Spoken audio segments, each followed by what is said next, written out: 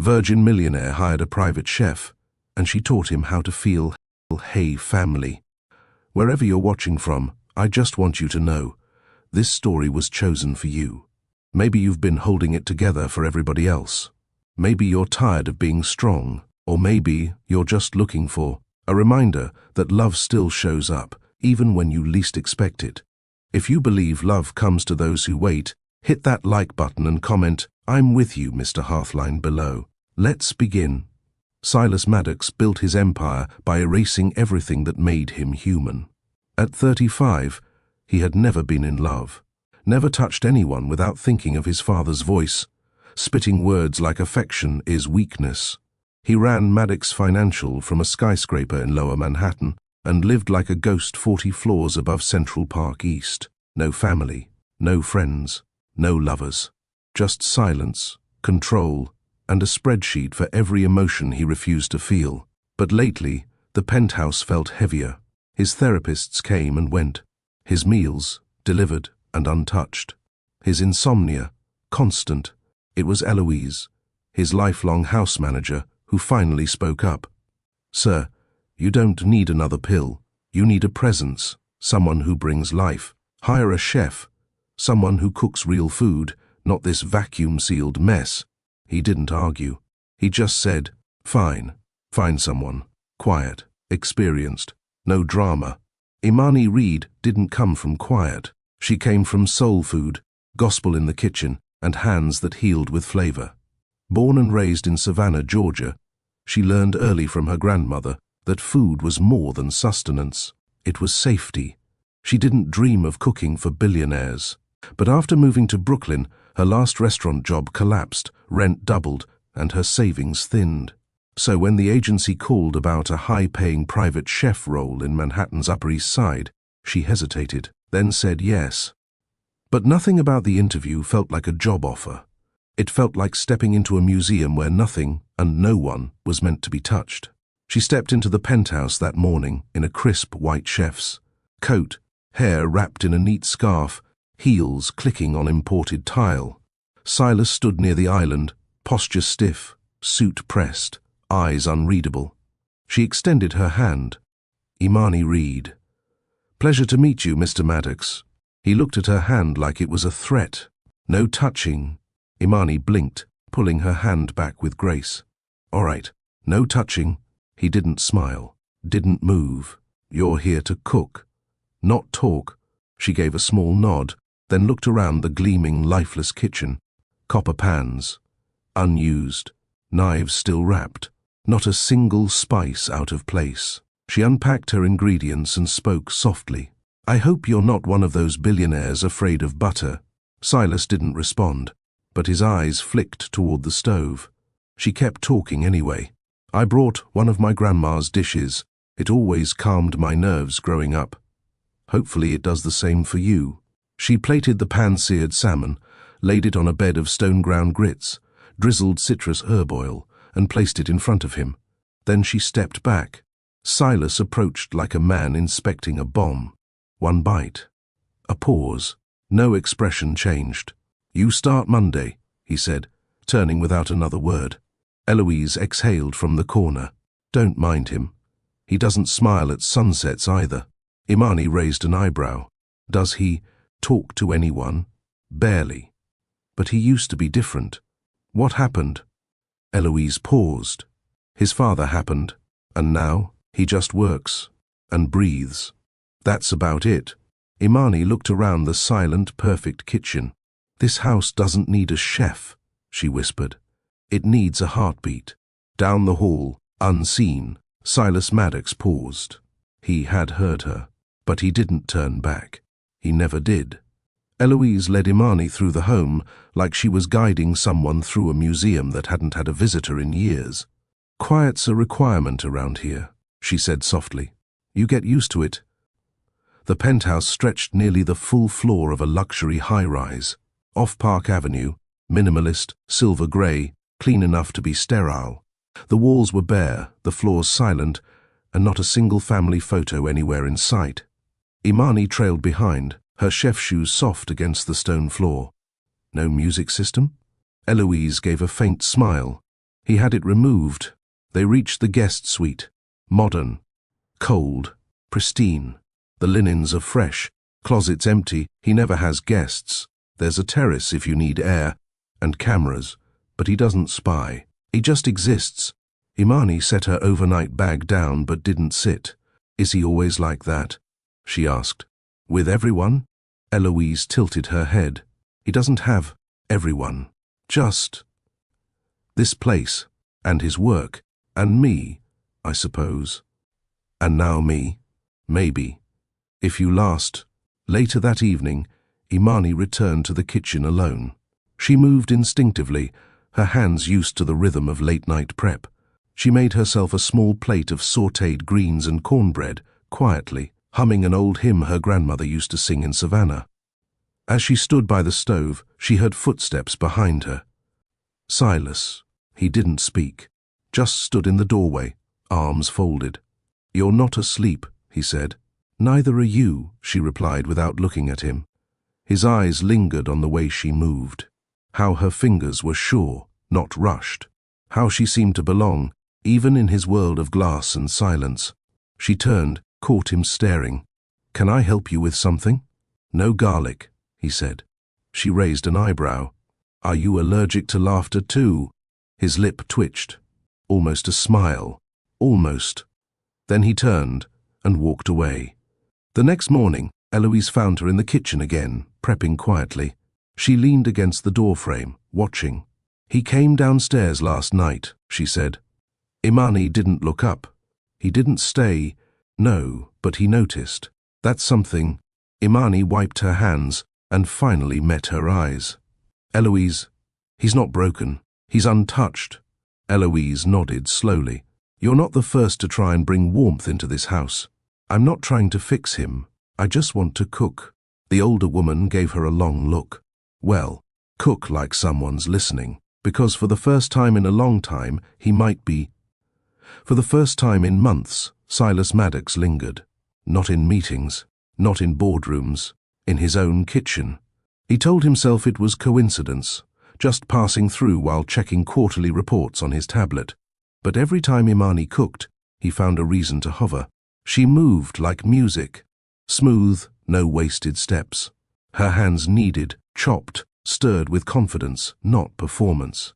It unsettled him and fascinated him.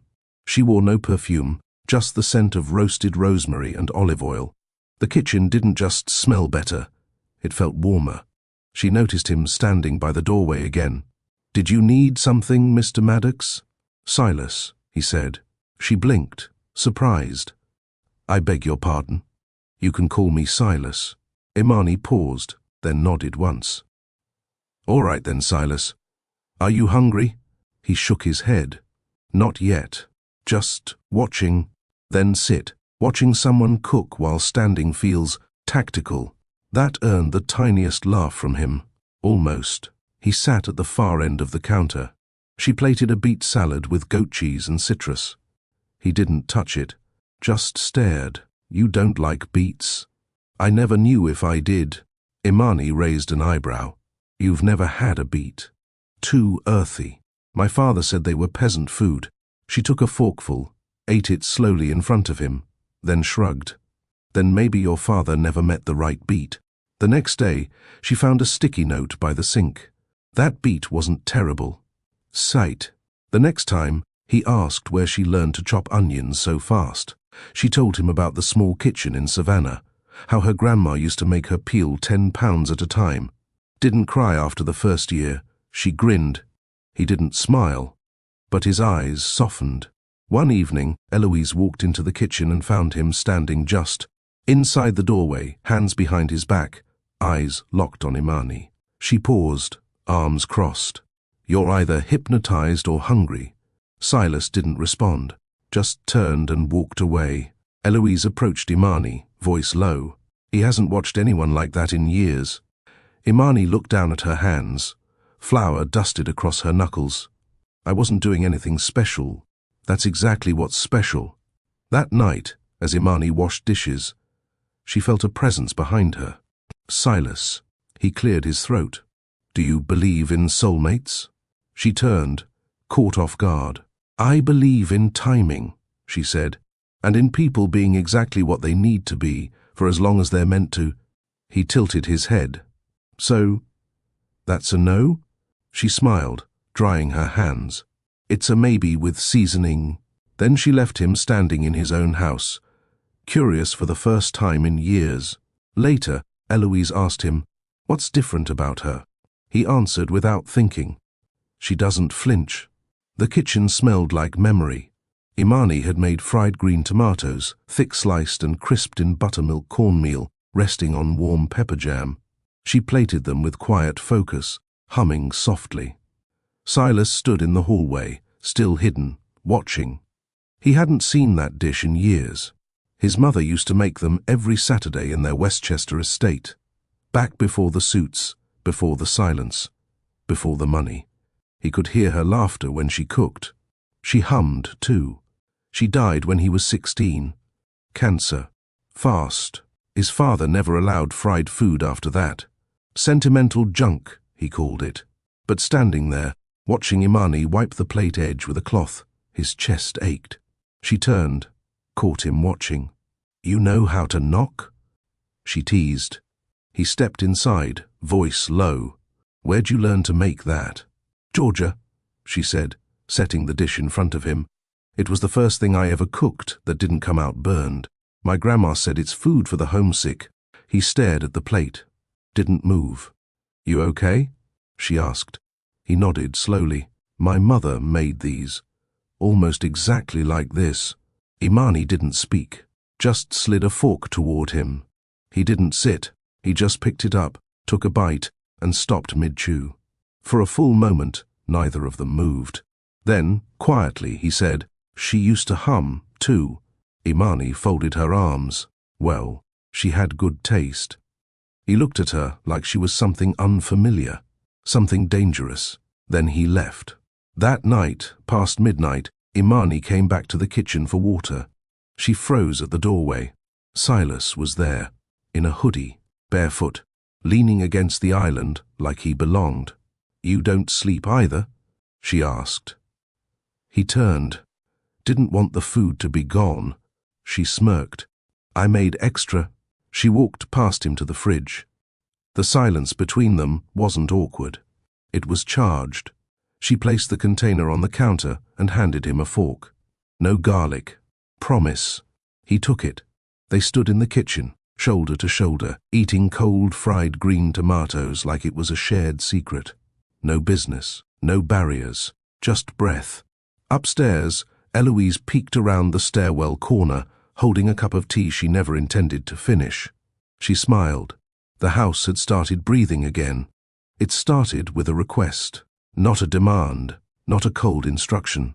Just a quiet sentence while Silas stood in the kitchen doorway, watching Imani dust flour over the marble counter. "I want to learn how to make biscuits." Imani blinked.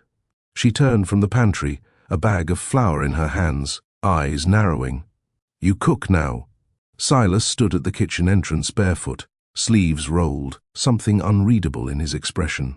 "I don't," he said, "but I want to try." She set the bag down slowly. "You sure about that? This dough bites back." He stepped inside. "Then teach me how to tame it." That stopped her.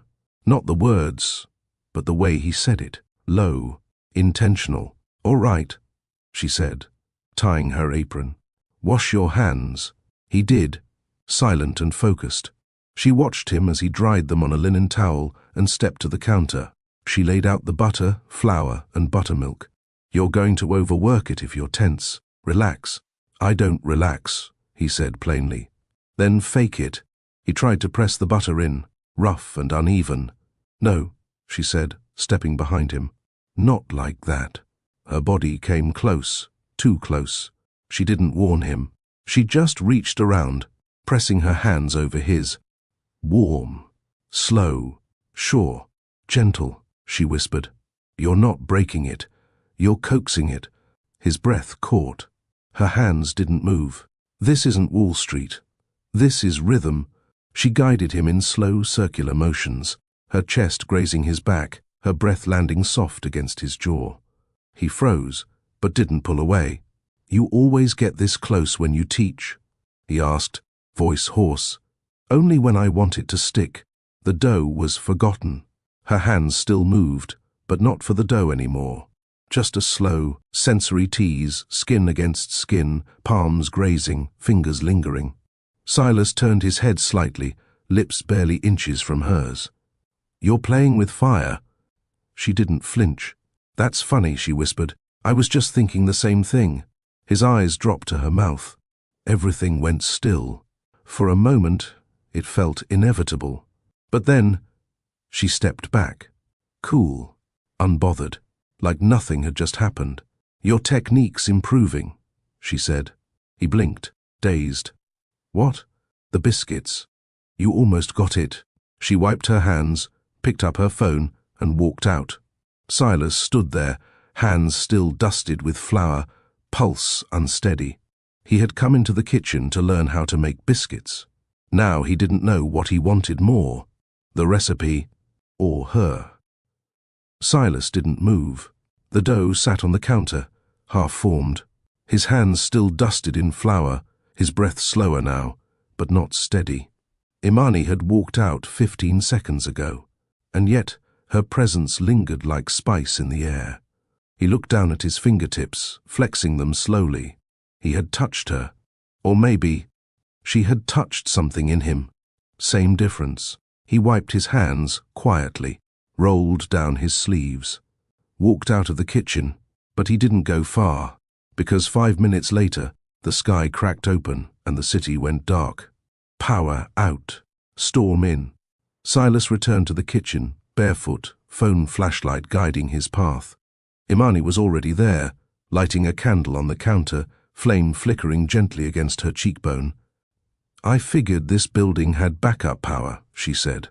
"It does. Just takes a second to kick in."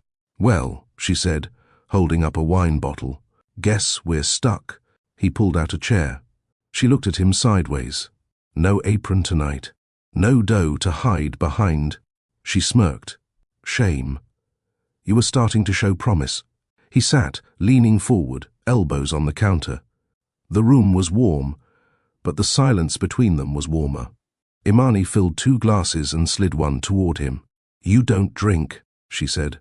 "I do tonight." She clinked her glass against his. "To what?" He looked at her. "To not walking away." They drank. A few minutes passed. The thunder softened to a low hum outside. Then he spoke, barely above a whisper. "My father ran our home like a company. He taught me that people are only as good as their returns. Intimacy, vulnerability, weakness disguised as warmth." Imani swirled her wine. "Was your mother warm?" He paused. "She tried. He broke her down before he broke me. She died when I was 16. That was the last time this house had music in it." Imani nodded slowly. Then she offered, "My mom was addicted, left when I was 7. Grandma raised me in Savannah. That woman used spices like scripture." Silas smiled softly. "You talk about her like she still cooks." "She does. In my hands." Every time, they sat in quiet again. The candle between them danced. The wine disappeared. And then he said it. "You make this house feel less haunted." She looked up. "You're the first person in years I don't feel the need to perform for," he added. Imani took his hand. Firm, warm. No fear, no seduction, just understanding. "So don't perform," she said. "Just be." He didn't let go. Neither did she. It was supposed to be just another Thursday. Imani was prepping dinner, roasted chicken, white wine glaze, garlic mashed potatoes, when the intercom buzzed. She glanced up, expecting.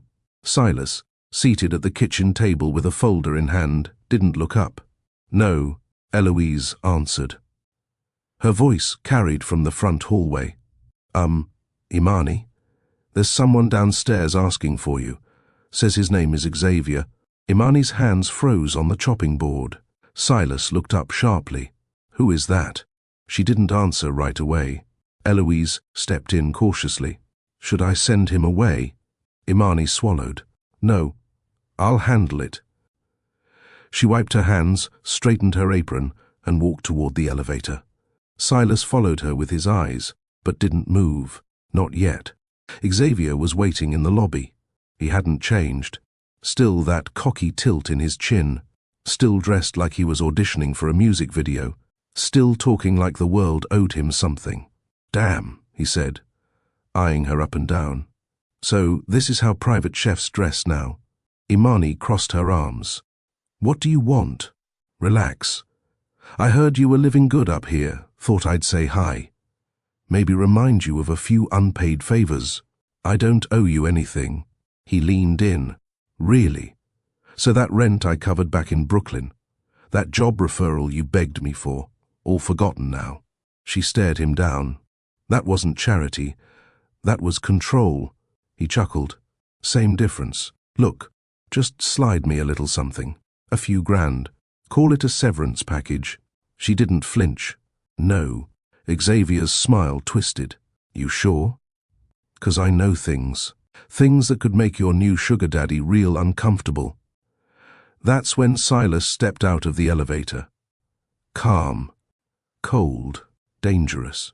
He didn't speak to Xavier, just walked straight to Imani and placed a protective hand on her back. "Everything okay?" Xavier laughed. "So you're the new one. Big man with soft hands. You have any idea who she really is?" Silas met his eyes. "I know enough." Then he reached into his coat pocket and pulled out a slim black envelope. "I had a background check done the day she was hired. I knew about you. I just didn't think you'd be this pathetic in person." Xavier's mouth opened, but Silas wasn't finished. He pulled out a check. "Take this. It's more than you deserve. And it ends tonight." Xavier snatched it, looked down. $10,000. He smirked.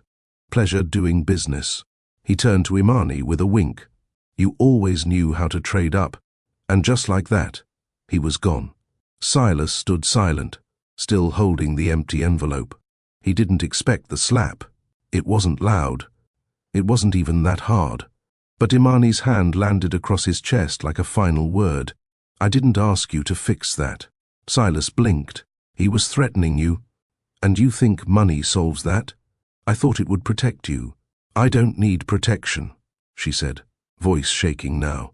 "I needed you to ask me if I was okay, to trust that I could speak for myself." He stepped forward. "Imani." She stepped back. "You don't get to rescue me and feel noble. That's not how this works." Rain had started falling outside. Hard. She turned and walked out the building doors, straight into the downpour. Silas didn't chase her. He stood there, checkbook still open, heart cracking, quiet and empty again. She came back in the rain, hours later, soaked, silent, no umbrella, no plan. Just heartbreak clinging to her skin like the soaked cotton blouse she didn't bother to change. Silas had been sitting in the kitchen. Same chair, same clothes. Lights low, dinner untouched. When the penthouse door opened, he didn't stand. He just looked up. And saw her. She didn't say a word. Her shoes dripped across the tile as she walked past him, straight down the hall. She didn't slam the guest room door. She didn't have to, but 5 seconds later, it opened again. She was standing there, wet, barefoot, her curls heavy with rain, her blouse sheer now, body outlined, breath rising and falling too fast for calm. "I'm not here for sorry," she said. Silas rose slowly, steady, controlled. "I'm not offering it," he replied. She nodded once, eyes sharp. "Good." Then she turned and walked back into the room, and left the door open. He followed. She didn't look back. She just stood by the window, arms crossed, rain trailing down the glass beside her like static. "I don't want to be saved," she said, voice low. He stepped closer, quiet, careful. "I wasn't trying to save you." She turned slowly, meeting his eyes. "Then what were you doing, Silas?" "Fighting the only way I was taught," he said. "With money, with distance, with power." She took one step forward. He didn't move. "You think your money made the rain stop?" she whispered. "No, he murmured. But watching you walk away made everything else feel loud. Another step, her voice sharper now. You think this is about noise? No, this is about the fact that when you left, I didn't feel strong. I felt cold. They were close now, inches. Her hands were clenched. I don't need protection, she said. I know, and I don't need fixing. I know. She stared at him, then leaned in, just enough for him to feel the heat off her skin, still warm beneath the wet. So, why are you standing here like you want to touch me but you're scared it'll ruin everything? His breath caught. Because it will, he said, and I want to ruin it anyway. That broke something in her. She reached up, her hands pressing flat against his chest. His shirt was damp from where her hands rested. She felt his heartbeat before she saw his eyes drop, to her mouth, to her neck, to her, and then he reached out, one hand behind her neck, the other brushing the hem of her blouse, but he didn't pull her in. Not yet. I don't want you soft, she whispered. I don't want you small, he said. She looked up at him, eyes dark, lips parted. Then take me how you mean it. His grip tightened slightly, his breath ragged. But then he pulled back, just a breath's distance, just enough to keep them both aching, and whispered, Not tonight. Why? Because you're not a reward, you're the fire. And I want to earn the burn. She closed her eyes, let the ache sit in her chest, then nodded once, pulled his forehead to hers, and whispered back, Then stay, just stay. He stayed, not in her, not yet, but with her. That night they slept in the same room, his hand holding hers, her back pressed to his chest, two souls finally resting in the heat they built, and knowing the next time they wouldn't stop. The house was silent, but it wasn't empty. The morning had come and gone. Neither of them moved. No alarms, no calls, no interruptions. Just limbs tangled beneath a linen sheet, bare feet brushing in rhythm, their breaths steady and slow. Imani stirred first. She turned her head and looked at him. Silas was already awake. He'd been watching her, studying the line of her back, the way her shoulder rose and fell. She didn't speak. Neither did he. Until she rolled toward him, her fingers tracing the edge of his jaw, her eyes steady. Say it, she whispered. Say what? What you've been thinking since you touched me last night. He didn't blink. That I've never wanted anything I couldn't buy, until you... She slid her hand down his chest, slow and warm. His skin trembled under her palm. Then stop holding back. Silas leaned forward. This time, he didn't pause, didn't ask. His mouth met hers with a hunger that had been simmering through every quiet look, every unfinished sentence, every almost. It wasn't rushed, but it wasn't careful. He kissed like a man who had studied restraint and finally set it down. She pulled him over her, legs wrapping around his waist, her breath soft but sure in his ear. Let me lead. He obeyed. She unbuttoned his shirt slowly, kissing down the center of his chest, fingers teasing every inch he tried to hide from the world. Silas let go, fully. No tension, no calculations, just skin and pulse and surrender. Imani pressed him back, straddled him, eyes locked to his. You okay? She asked. He nodded. I've never, not like this. Like what? Like I'm not disappearing while it happens. She kissed his mouth again, slower this time. Then feel it. And he did. Every second, every shift, every breath that passed between them. It wasn't just hot, it was reverent. Her hands mapped the places his fear had hidden. Her lips unlearned every lie his father ever told him about love. He whispered her name more than once, like it was the first word he ever trusted. She smiled against his skin. Now you know what love tastes like. They didn't speak for a long time after that. They didn't need to. Their bodies had already done the talking. Sunlight touched the edge of the kitchen window, not harsh, not loud, just soft, golden light slipping through the sheer curtains like the house was finally exhaling. Silas stood at the stove. He looked confused and mildly concerned. 2 eggs cracked unevenly in a pan, butter burning at the edges, a slice of toast too dark sitting on a plate. He poked at the mess with a spatula like it might fight back. Behind him, barefoot and smiling, Imani leaned against the doorway in one of his oversized t-shirts. "You're brave," she said, folding her arms. He turned around, startled. "I was trying to surprise you." "You did. I'm surprised you even know how to turn the stove on." He rubbed the back of his neck. "I YouTubed it." She laughed, full and real. He grinned. "You make it look so easy." "That's 'cause it's not about control," she said, walking over. "It's about rhythm and trust." She stood behind him, slid her hands over his as he held the spatula. "Like this," she whispered. He relaxed, let her guide him, just like the first night. Only this time, he wasn't afraid of touch. And this time, she didn't pull away. They sat at the island minutes later, sharing burnt toast, half-decent eggs, and warm silence. Imani sipped coffee, watching him through the steam. Silas reached beneath the counter and pulled out a black notebook, leather-bound, edged in gold. He slid it across the island to her. She opened it slowly. Chef Imani Maddox, signature recipes, was etched on the front page in soft cursive. Her smile faltered into something deeper. "You made this?" "I designed it." Had it rushed? She turned the page, blank lines ready to be filled. "You said you cooked with your grandmother's hands," he said quietly. "So I thought maybe it was time the world had a record of those hands." She looked up, eyes glassy, voice low. "You're serious?" "I've never been more." She closed the notebook, laid her hand over his. "You remember when I asked if you were allergic to laughter?" He nodded. "I think I am," he said. "I can't stop chasing the sound of yours now." She leaned in, kissed him. Slow, warm, not hungry this time, just full. When she pulled back, he whispered, "This house never needed more furniture. It needed someone to sit at the table with me." She smiled, and when she sat down beside him, barefoot and glowing, notebook in hand, it finally felt full.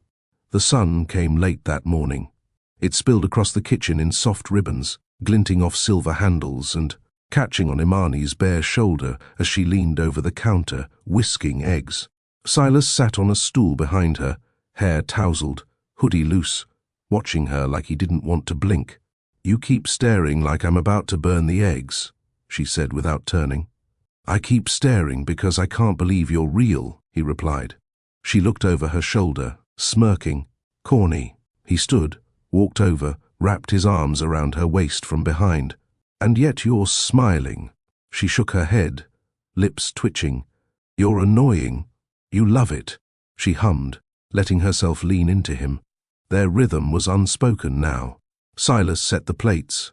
Imani buttered the toast. He burned one slice again, on purpose, just to hear her laugh. They ate barefoot on the floor by the balcony, legs touching, sipping from the same mug. She reached for her phone to check the time. He snatched it from her hand. No time, no emails, just us. What if the world's on fire?" He kissed her cheek, then let it burn slower. Later, they danced. No music, just Imani singing soft off-key verses of a Luther Vandross song. Silas held her by the hips, swaying gently, his forehead brushing hers. "You're not good at this," she teased. "I'm making up for lost time.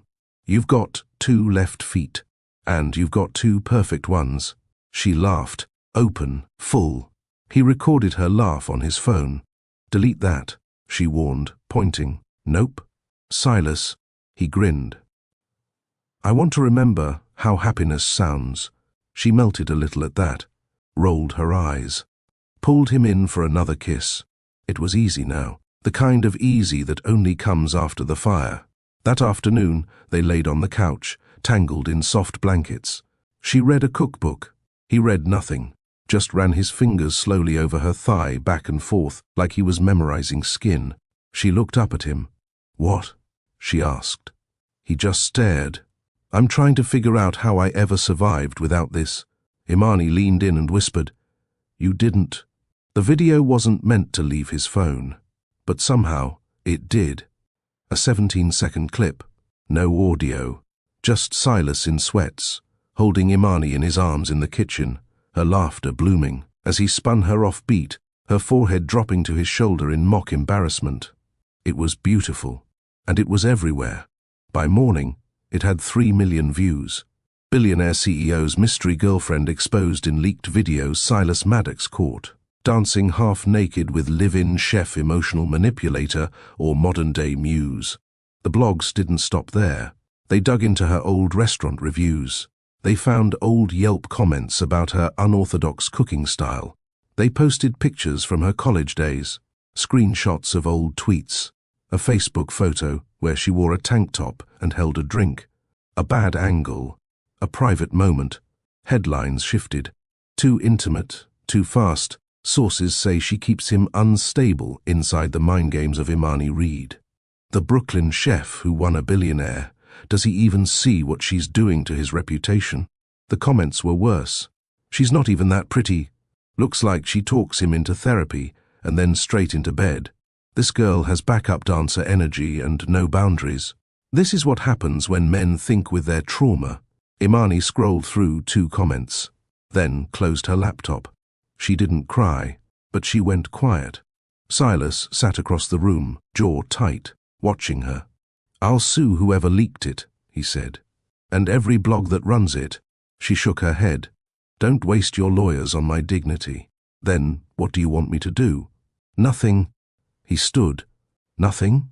You think this is the worst it's going to get?" she said, looking up. "Wait until your father sees it." As if on cue, his phone rang. Silas stared at the name flashing across the screen. "Dad," he answered. "Silas." "Hi." There was a pause. Then the voice on the other end said calmly, "So this is the legacy you want to leave? A man who built an empire, only to hand it over to a woman who stirs feelings into food." Silas didn't speak. His father continued, "She's made you soft, unfocused. You know how the board will react to this?" "She's not for them," Silas said flatly. "She's for me." "Exactly my point." Click. Call ended. Later that night, Imani packed a small overnight bag.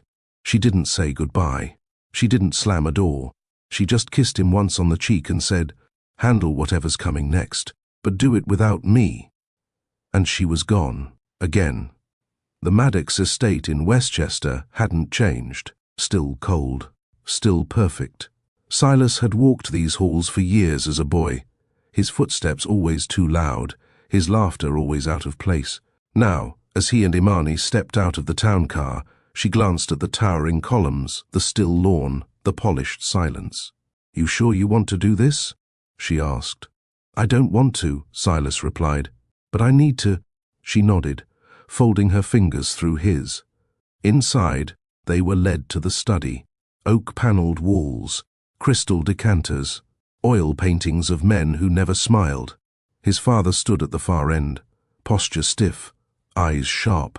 "Silas," he said with a nod. "Dad." His eyes shifted to Imani. "Miss Reed."